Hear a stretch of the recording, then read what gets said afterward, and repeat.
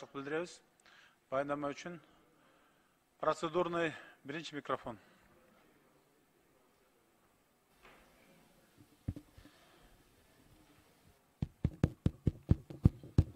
Рахмат, Талант Турдымаматович. Мен дағы мамлекеттік комиссияның мүшесі қатары өзгөчө пикир жазып, жалпысынан жартысынан қолдадым. Мен тасма тартқан жоқпын, слайд-шоу жасаған жоқпын. Маға дағы мамлекеттік комиссияның мүшесі қатары эмне үчүн мен жалпысынан жартысынан қолдадым, эмне үчүн мен өзгөчө пикир менен чыктым. Башкалардан айырмалып, эмне үчүн комиссияның қорытындысынын макул эмесин ошолорду айтып берүүгө ортодон 10 минут убакыт берүүңүздү суранам. Рахмат. Рахмат. Комиссиясының мүшесі қатары 10 минут уақыт берсек. Келіңіз. Процедуралық 6-шы микрофон. Бізде өзгөчө пикирибиз бар, 7 минут уақыт беріп коесузбу.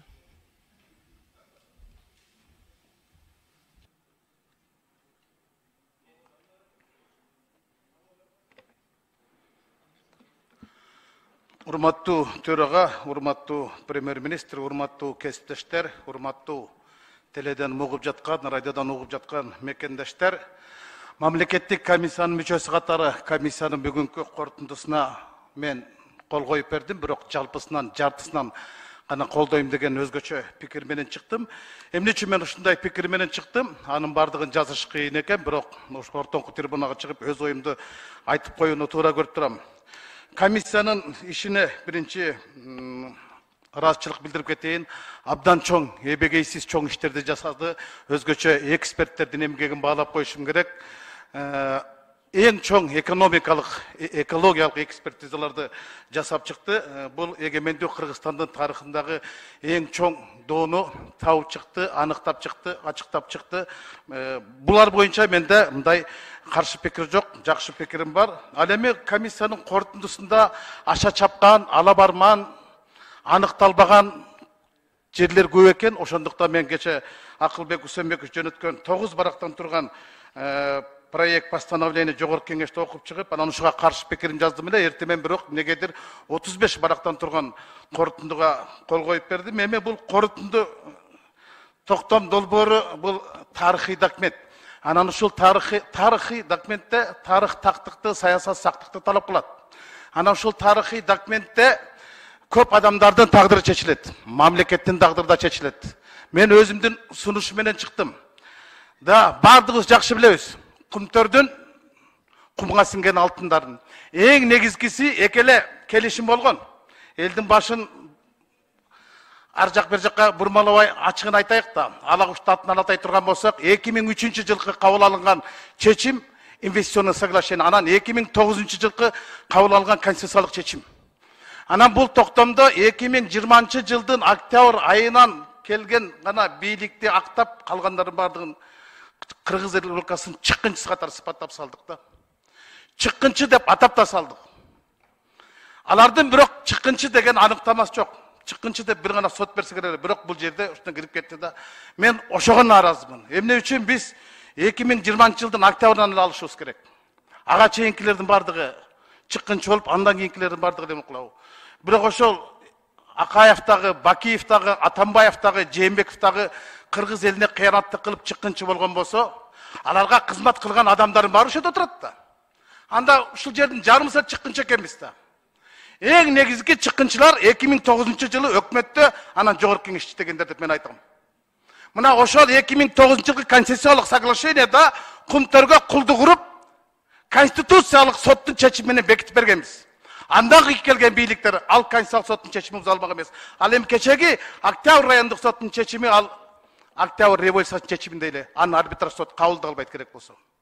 Туура 5 миллиард долларга жакын дооду коюп атабыз. Бирок мен ушул акчаларын өндүрүп аларыбызга, кумтөрдү көндүрүп аларыбызга ишене албайм. Жакшы болот эле эгер өндүрүп алсак, Кытайдын каргысынан кутулсак, ар бир кыргыз аяк алтын аяктан суу ичип кутуруп калсак. Бирок бунун бардыгы менин жеке пикиримде жомок. Мына кече түнүндө арбитраждык сотко берди Сентера. Сотко берди. Биз эгемендикти алгандан бери эле кумтөргө кулдук уруп келгенбиз. Сиабека, Камека, Сентерага. Азыркы деле соттошуу бул коштошуу эмес, бул достошуу. Достошуу. Эгер коштошо турган болсок, анда башка жол менен баралы. Мен өзүмдүн өзгөчө пикиримди жаздым. Элди убара кылбайык, элди убада кылбайык, улутту саштар салайык. Ошону кылалык, кылбасак кысалык. Башка сөз жок да.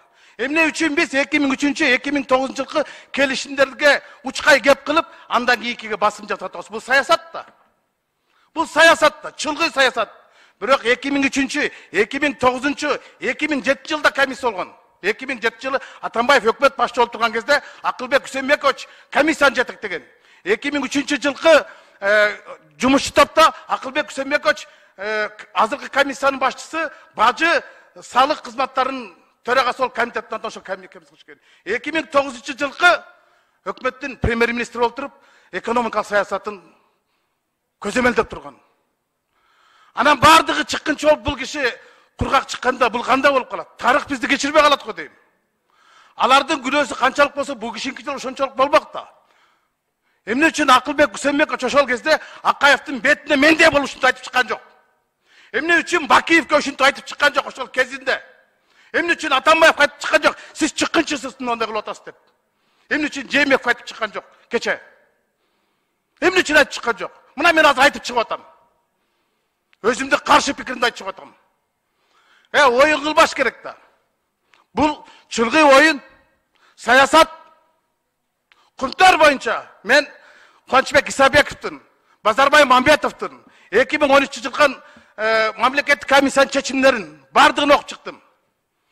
Эринбей. Бирок бардыгы эле келтирип ошол эки келишимдин тегерегинде. Анан биз бүгүн чыккынчылардын бардыгын фамилиясын жазып алып туруп, анан башкы прокуратурага берип атабыз.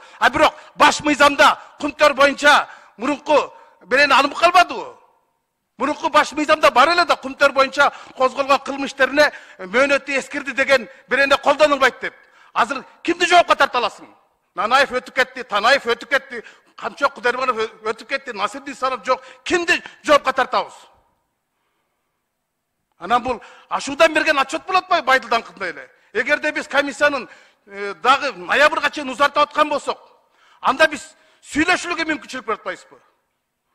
Биз Кумтар Камека легендарлуу парламенттин башын жуткан. Канча деген өкмөттүн башын жуткан. А бизге окшогон чимкирик парламентти, чиркейди жуткан бакадайлы кылып жутуп коет. Эгер биз жутабыз десек, эгер биз Кумтарды утабыз десек, анда улутташтырууга барышыбыз керек болчу. Элди да убада кылбайт элек, элдиге да убада кылбайт элек. Азыр шорун эл көрөт. Бул мен жеке пикирим. Мен азыр жана фейк троллдар төбө бастык алышы мүмкүн. Бирок биз бүгүн урматтуу кесиптештер, азыркы токтом менен Садыр Нуркожоевичтин алдына аппак пактаны коюп атабыз. Бирок ошол пактанын алдына жай жарылып бара турган минаны коюп атабыз. Бул долбоор азыркы президенттин анга түртө турган долбоор. Бул менин жеке пикирим. Сыйлайсыздарбы, сыйлабайсыздар, бул менин жеке пикирим. Ар ким бири-бирисинин пикирисин сыйлашыбыз керек. Бирок мындай ала бармандыкка барганча, же биз кутурушубуз керек болчу, же утулушубуз керек болчу. Бирок тилекке каршы биз кечигип калдык. Мына Кыргыз алты жөнүндө кечеден бери эмне деген сөздөр айтылып атат? Эмне деген сөздөр айтылып атат коллективдер? Бирок ошол киши бүгүн директорлор кеңешине отурат. Дегеле кандайынан карап караганда да калыстык сөзүбүздү айтып коюшубуз керек, кыйсын кулатпай алыстык сөз айтпай. Кийинки мына азыркы башкы прокуратурага сунуш кылган жетекчилердин күнөөсү канчалык болсо да билбеймин, бирок Акылбек Үсенбековичтин комиссиянын төрагасынын дагы күнөөсү алардыкынан экесе көп деп мен айта алам. Бетке айтышыбыз керек. Акылбек Үсенбекович ошол 2003 жылы келишим болуп атканда айтып чыкса мен де болуп ушул жерден. Анда башка болмок эле. Акаевга Нобель сыйлыгын сунуштаган ушул киши болгон. Бакиевди мартабалоо деген макам берген ушул болгон. Эми баарыбыз билебиз, 2003 жылы Айдар Кумтөрдү куйлуктан кармаса, 2009 жылы Максим кекиртектен кармаган да. Кумтөрдү. Анан кийин сементтеп кирпич коюп салганда кайта келбей турган Конституциялык сот менен бекиткенде, ушул жердеги парламент ратификация кылып бергенде, жөнөкөй келишимди эл аралык деген макам бергенбиз да. Эртең арбитраждык сотто башталганда биздин Октябрь райондук соттун чечимин ал Октябрь революция чечимин эле кылып алар кабыл албайт. Егер біз улутташтырганга барсак, анда бұл башка маселе болчу. Анда арбитраж сот алардын сентер арызын кабыл алмак эмес болчу да. Ошондуктан мен жакшыбы, жаманбы ушу мамлекеттик комиссиянын катарындагы адам катары өзүмдүн өзгөчө пикирим менен чыктым. Анан бул корутундуда токтом долбоорун карап чыгыңыздар, Эринбек окуп чыгыңыздар. Ал жерде айыптап атат. Мисалы айтып атат, Акаев 44 миллион алган деп. Ал кеш Азаттык аркылуу айтты, мен алган жокмун деп. Атамбаевди 10 миллион доллар алды дейт. Мен кече жактоочусу жакындар аркылуу сурадым. Ал киши кыйналып аткан экен, бирок айтыптыр. Эгер Акылбек Жапаровдун комиссиясы менин 10 сом алганымды далилдеп берсе, мен ушул жерде тергөөсү жок дагы, соту жок, 10 жыл отуруп берем деп. Анан ушул жердегилердин баардыгы ошол токтомго добуш бересиздер. Бирок токтомду карап чыгдыңыздар. Аша чапкан, аныкталбаган нерселердин баардыгы тергөө соту жок эле, биз алардын баардыгына кылмышкер чыккынчы кылып салдык. Анда биз кимбиз? Анда жогорку кеңеш легендарлуу парламентти жуткан кумтөрдү биз жутабыз. Биз тарыхта өзүбүздүн жанагы дилешкен жаманаттан арылып калабыз десек, анда келгиле. Мен өзүнчө добушка койдурам. Өмүрбек Текебаев менен Новжеде отурган Алмамбет Насыркановдун 2016 жылдын 27-июнда жогорку кеңешке күн тартибине киргизген коомдук талкуу кылган улутташтыруу боюнча мыйзам долбоор бүгүнкү күнгө чейин сүрүшүп жатат. Ошону алып чыгайык да 3 окууда кабыл алайык. 3 окууда кабыл алып атпадыкпы? Атамбаевдин ады 2 күндө, Сооронбай-Жээнбековдун 1 күндө кылса, азыр 1 эле саатта кабыл алып атпайык 3 окууда мыйзамды. Келгиле же, кылсак батырлык кылайык, кылбасак башка жерде кысалык. Ошол мыйзамды алып чыгайык дагы улутташтырып салалык. Даяр мырзам бар, сүрсүп жатат. Алып чыгалык. Кайта эле оюн кыла бербей. Ушул оюнду айтып тура келдим. Ката айтсам кечирим сурайм. Рахмат көңүл бургансыздарга.